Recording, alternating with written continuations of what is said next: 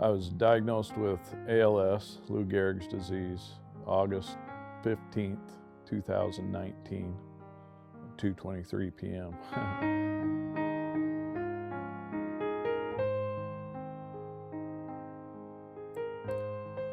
It was definitely one of the worst, if not the worst days of my life, just something you're not prepared for.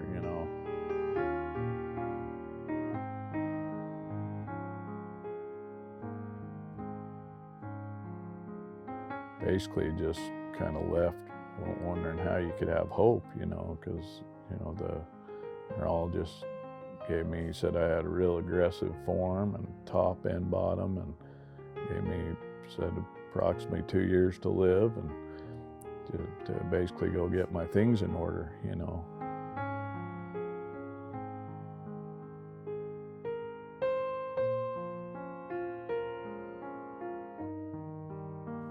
And then they offered a couple different drugs that were like literally $150,000 and that might prolong your life 2 or 3 months. It was a hard, difficult day at the Mayo Clinic. We'll never forget it. And my hope is through this, is that we will give other people hope and that eventually they'll be able to change the way they diagnose this disease. We kind of had our pity party and whatever else, and I just said, you know what, I think she's wrong. I think we can beat this. I really believe there's ways out there, and my wife and my eldest son were really prompted the same thing, that I needed to do bee venom. In September, we flew to Mexico and went to the university in Torreon, Mexico, and learned from the doctor there, the professor that taught us about bee venom therapy. The people there are just so wonderful, and he was doing some amazing things with just bee venom, and stinging people for free. He's just an amazing man. It was life-changing being there and seeing some of the people that were completely paralyzed with arthritis and other ailments that were living a perfectly normal life. We've met since and talked to dozens of people that had full-blown MS to a very debilitating point, and they are completely healed now. Some Parkinson's and fibromyalgia, some pretty serious diseases, and we found out he had a protocol for ALS, and we actually met a man there with ALS that had been doing bee venom, and he had noticed the progression kind of slowing down, even stopping, since he got up to a certain amount of stings. And so we were pretty encouraged at that point. We learned what to do, and we have a hive. We have our own hive, and Char puts on her bee gear and goes out, and she takes bees out of her hive and puts it into the hut.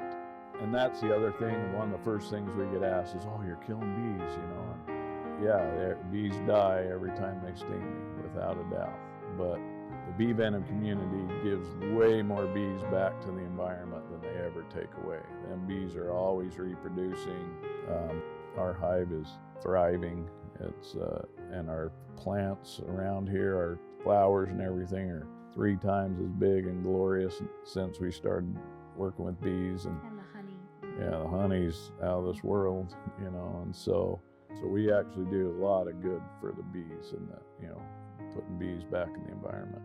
And then when it's time to sting, she has 2 pair of tweezers, one fairly long with some curved tips, and one more straight and a little bit shorter, in case she needs to maneuver the bees around.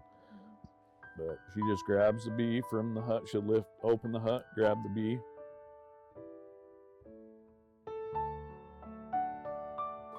and she'll pull it out, and she'll give me a tap where she's going to sting, so I know where it's coming, And then she stings. Most of the time, she just taps it on there, and they'll sting right away. Sometimes they're a little shy, and you got to tap them on the butt a little bit, kind of provoke it to sting. They're all acupuncture spots, and then I sting on I got 8 different stings I do on the head, the hands, I do stings, the legs, the back, stomach, and the butt. The buttocks is the worst. For some reason, that's consistently the most painful. And then, the head's pretty intense too, but toes are pretty good. It's all pretty good, but it's worth it, it does it. We've seen it help so many people besides myself almost instantly. So at the beginning, it wasn't that bad, it was a sting, and you've been stung before, so, and but I, 1 a day, even up to 10 a day, it's not too bad. But you go through what's called a Herxing reaction, and when I started stinging the appendages, the legs and the arms and the finger, then I would get some pretty good swelling, and I've seen other people really swell, but that's nothing to be worried about. That's actually normal. In a lot of cases, it's encouraged.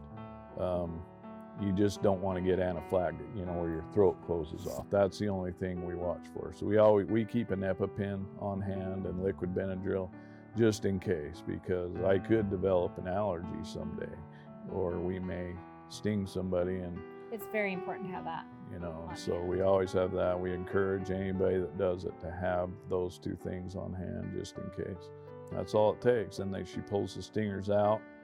She'll wipe me down with a little bit of alcohol so the site don't get infected, because whatever they got on them from outside or whatever in their beehive or whatever, that's going in that site. And so you want to make sure that don't get infected. But yeah, then she lets it off. She'll usually rub the area really good and kind of spread the venom out. And it continues to burn for a half hour to an hour, but just slightly and a little, but nothing bad. And then that's it. Got to drink lots of water. Stay really hydrated, because it flushes through the kidneys and stuff. But back to the paper we do every day. We map out where we're going to sting. And then I, of course, put the date, and then I always start with how many days in a row I'm stinging as a top number, and then the bottom number is my overall how many days I've stung. And like I said, I've now stung 812 days. And then I always list affirmations at the bottom, what I'm thankful for that day, kind of a little prayer that I write, and some affirmations that just kind of helps keep you positive and looking forward to the future. So yeah, and so you got all these insanely expensive treatments, and then you got bees that are free. We're on our own. Western medicine they set us aside, and we're just not going to take that. So we're going to do everything we can possible.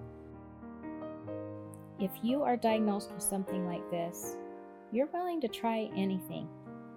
And I've just been so proud of Sterling, because he is not a quitter. He's a fighter. And we're going to fight. That's what we're going to continue to fight. Absolutely.